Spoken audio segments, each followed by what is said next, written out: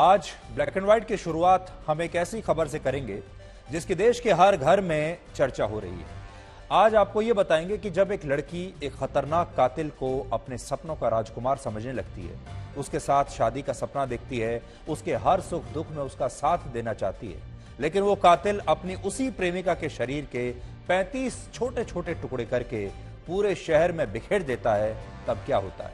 सबसे बड़ी बात यह है कि आपको अगर कोई डेटिंग ऐप पर मिलता है और सोशल मीडिया पर बड़ी बड़ी बातें करता है, अच्छी बातें करता है, अपनी एक खास छवि बनाकर रखता है, तो क्या आपको ये मान लेना चाहिए कि ये व्यक्ति वाकई में बहुत अच्छा होगा?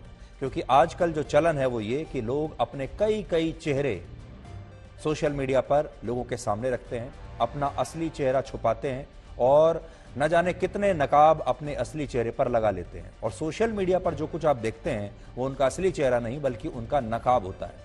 आज जब हमने इस लड़के के सोशल मीडिया अकाउंट्स को चेक किया कि ये सोशल मीडिया पर क्या करता था, क्या लिखता था, तो हमने पाया कि ये लड़का अक्सर बड़ी बड़ी बातें करता था। कोई भी लड़की इस तरह की बातों को देखकर पढ़कर इस लड़के के प्रति आकर्षित हो ही जाएगी। ये लड़का अक्सर महिलाओं को सम्मान देने की बातें लिखता था सोशल मीडिया पर, महिलाओं को बराबरी के अधिकार देने की बात करता था।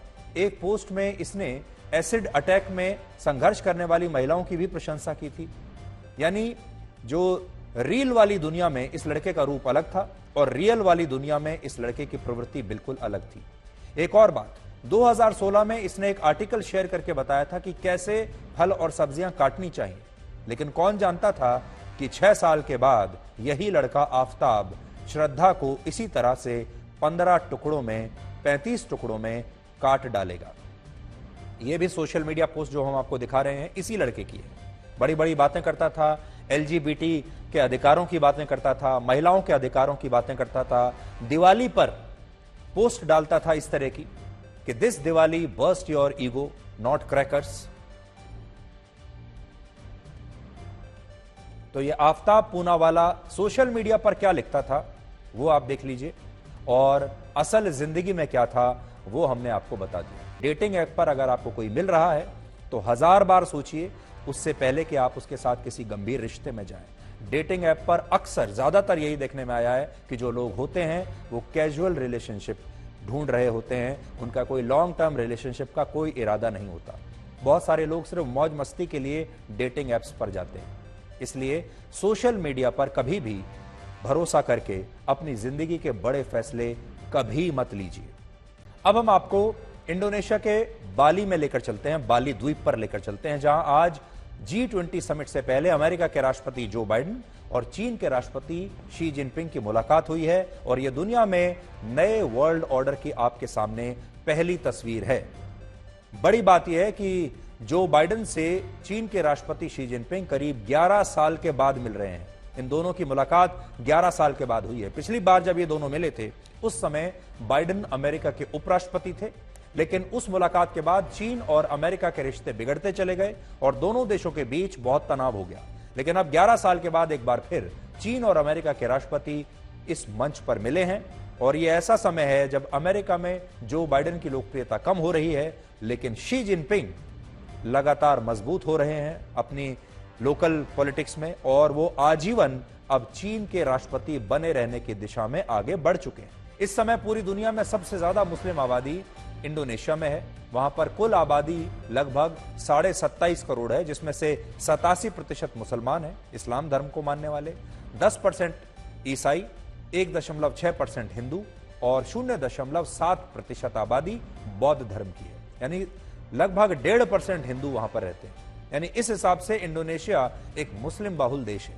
लेकिन इस मुस्लिम बाहुल देश में भी बाली पूरी तरह से हिंदू बाहुल क्षेत्र के रूप में उभर कर आया है। बाली की कुल आबादी सिर्फ 43 लाख है, जिनमें सबसे ज्यादा लगभग 84% आबादी हिंदुओं की है, जबकि 13.5% मुसलमान रहते हैं और 2.5% ईसाई धर्म के लोग इस द्वीप पर रहते हैं। 7वीं शताब्दी में जब इस्लाम धर्म की उत्पत्ति हुई उससे पहले इंडोनेशिया में 2 ही धर्मों का प्रभाव था, एक था हिंदू धर्म और दूसरा था बौद्ध धर्म। लेकिन बाद में जैसे जैसे यहां इस्लाम धर्म का विस्तार हुआ, हिंदू और बौद्ध धर्म का प्रभाव कम होता चला गया और एक वक्त ऐसा भी आया जब बाली में हिंदू धर्म के लोगों के सामने धर्म परिवर्तन का संकट आ गया। इंडोनेशिया वही देश है जिसका जिक्र पिछले दिनों दिल्ली के मुख्यमंत्री अरविंद केजरीवाल ने भी अपने एक बयान में किया था।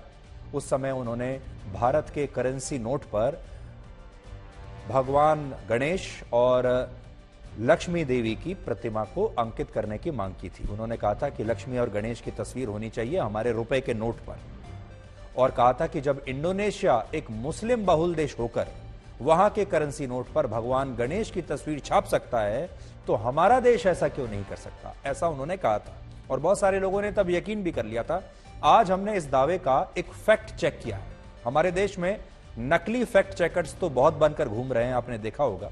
बहुत सारे लोग सोशल मीडिया पर भी हैं जो अपने आप को फैक्ट चेकर बताते हैं, लेकिन वो फैक्ट चेक करते नहीं हैं, वो नकली फैक्ट चेकर होते हैं। लेकिन हमने इस दावे को का फैक्ट चेक किया है और देखिए क्या है।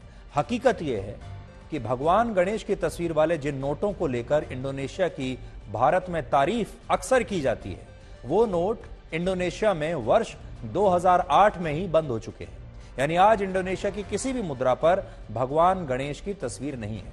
वर्ष 1998 में इंडोनेशिया के केंद्रीय बैंक ने 20,000 रुपए का एक नोट जारी किया था, 20,000 रुपए का, जिस पर गणेश जी की तस्वीर थी। लेकिन उस समय बहुत ही निर्धारित संख्या में ऐसे कुछ खास नोट छापे गए थे, बहुत कम कंट्रोल्ड संख्या में।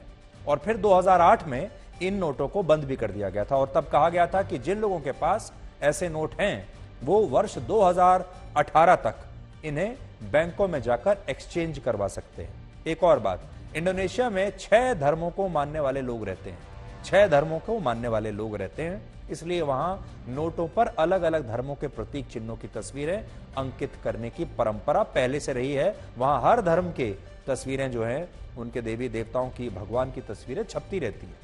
ऐसा नहीं है कि सिर्फ हिंदू देवी देवताओं की ही छप रही है। और ये ठीक वैसा ही है जैसे हमारे देश में सरकार किसी खास मौके पर किसी भगवान या किसी नेता या किसी क्रांतिकारी या फिर किसी दिवंगत नेता की तस्वीर वाली कोई खास डाक टिकट जारी करती है। हमारे यहां भी डाक टिकट के मामले में ऐसा होता रहता है। आज भारत के पहले प्रधानमंत्री पंडित जवाहरलाल नेहरू की 133वीं जयंती है और इस मौके पर सोनिया गांधी, राहुल गांधी और कांग्रेस अध्यक्ष मल्लिकार्जुन खड़गे समेत कांग्रेस के तमाम नेताओं और भारत के प्रधानमंत्री नरेंद्र मोदी ने भी उन्हें श्रद्धांजलि दी है और हम भी आज आप सबकी ओर से उन्हें श्रद्धांजलि देते हैं। आज उनका जन्मदिन है। लेकिन भारत के कानून मंत्री किरण रिजिजू ने आज जवाहरलाल नेहरू को उनकी इस जयंती पर तोहफे में फूलों वाला नहीं बल्कि 5 भूलों वाला एक लेख गिफ्ट दिया है, जो कांग्रेस पार्टी और नेहरू परिवार को, नेहरू गांधी परिवार को आज बिल्कुल अच्छा नहीं लगा होगा, चुभा होगा उनको। इस बात का जिक्र उन्होंने 24 जुलाई 1952 को भारत की संसद में दिए अपने ही एक भाषण में किया था और इसमें पंडित नेहरू कहते हैं कि महाराजा हरि सिंह ने पहली बार जुलाई 1947 में कश्मीर के भारत में विलय की बात कही थी, लेकिन तब यह प्रस्ताव अनौपचारिक था। लेकिन अगर नेहरू इसे गंभीरता से लेते तो शायद कश्मीर आजादी के साथ ही भारत में उसका विलय हो जाता और 1947 में वहां पाकिस्तान के साथ युद्ध के हालात कभी ना बनते। ऐसा पंडित नेहरू ने कहा है। 21 अक्टूबर 1947 को भी उनका एक भाषण है जिसमें उन्होंने कहा कि it will probably be undesirable to make any declaration of adhesion to the Indian union at this stage. 21 October 1947 को पंडित नेहरू ने जम्मू कश्मीर रियासत के प्रधानमंत्री MC महाजन को एक चिट्ठी लिखी जिसमें वो कहते हैं कि मौजूदा परिस्थितियों में भारत में कश्मीर के विलय की घोषणा करना संभव नहीं है। यानी इस लाइन से आपको यह पता चलेगा कि महाराजा हरि सिंह नेहरू को कश्मीर के विलय के लिए कह रहे थे, लेकिन नेहरू अलग अलग कारणों से इसे बार बार टाल रहे थे। बड़ी बात यह है कि क्यों टाल रहे थे। तीसरी उनकी गलती थी कश्मीर पर बार बार जनमत संग्रह की बात करना ताकि शेख अब्दुल्ला की राजनीतिक जड़ें और ज्यादा मजबूत हो सके। 25 नवंबर 1947 को पंडित नेहरू ने भारत की संसद में एक भाषण दिया जिसमें उन्होंने कहा कि हमें शीर्ष पदों पर बैठे लोगों के साथ समझौता करके कश्मीर का भारत में विलय नहीं करना, बल्कि हम आम लोगों से उनका मत जानकर कश्मीर का फैसला करना चाहते हैं और भारत कश्मीर को लेकर किसी जल्दबाजी में नहीं है। लेकिन पाकिस्तान ने नेहरू की इसी भूल का फायदा उठाया और कश्मीर पर हमला बोल दिया।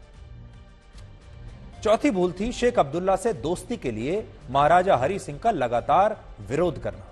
20 मई 1947 को कांग्रेस पार्टी के तत्कालीन अध्यक्ष जे.बी. कृपलानी ने अपने एक इंटरव्यू में कहा कि महाराजा हरि सिंह भारत में कश्मीर के विलय को लेकर बहुत गंभीर थे और वो चाहते थे कि भारत इस पर जल्द से जल्द फैसला ले।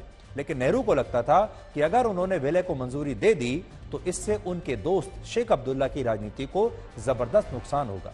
असल में आजादी से एक साल पहले 1946 में शेख अब्दुल्ला ने महाराजा हरि सिंह के खिलाफ कश्मीर छोड़ो आंदोलन शुरू किया था और उनका मकसद था महाराजा हरि सिंह को वहां से हटाकर खुद को कश्मीर की सत्ता में स्थापित करना। यह हिंदू मुसलमान सबसे पहले शेख अब्दुल्ला ने किया था। एक बात आप याद रखिएगा, क्योंकि महाराजा हरि सिंह एक डोगरा राजा थे और डोगरा होने के नाते उनका भी कश्मीर पर उतना ही अधिकार था जितना किसी और नागरिक का। लेकिन शेख अब्दुल्ला चाहते थे कि कश्मीर जो है वो मुसलमानों का है, मुसलमानों का ही रहे और उस पर मुसलमानों का ही शासन रहे। इसलिए वो धार्मिक आधार पर महाराजा हरि सिंह को वहां से हटाना चाहते थे कि एक हिंदू राजा हम पर राज नहीं कर सकता। और जवाहरलाल नेहरू पीछे से शेख अब्दुल्ला की मदद कर रहे थे ये सब करने में, जबकि महाराजा हरि सिंह चाहते थे कि कश्मीर का भारत में पहले विलय हो जाए और शेख अब्दुल्ला उनके खिलाफ ये आंदोलन ना चलाएं और बाद में वो शेख अब्दुल्ला को कहीं ना कहीं एडजस्ट कर लेते। लेकिन नेहरू ने शेख अब्दुल्ला का साथ दिया और महाराजा हरि सिंह के बार बार कहने पर भी कश्मीर के विलय के प्रस्ताव पर वो अपनी सहमति दे नहीं रहे थे, क्योंकि महाराजा हरि सिंह वो नहीं कर रहे थे जो नेहरू चाहते थे। और पांचवी भूल ये थी नेहरू की कि कश्मीर की विलय की बजाय शेख अब्दुल्ला की रिहाई के लिए महाराजा हरि सिंह पर वो दबाव बनाते रहे। यानी कश्मीर को लेकर नेहरू की जो नीति थी उसका मकसद था शेख अब्दुल्ला फर्स्ट और इंडिया सेकेंड।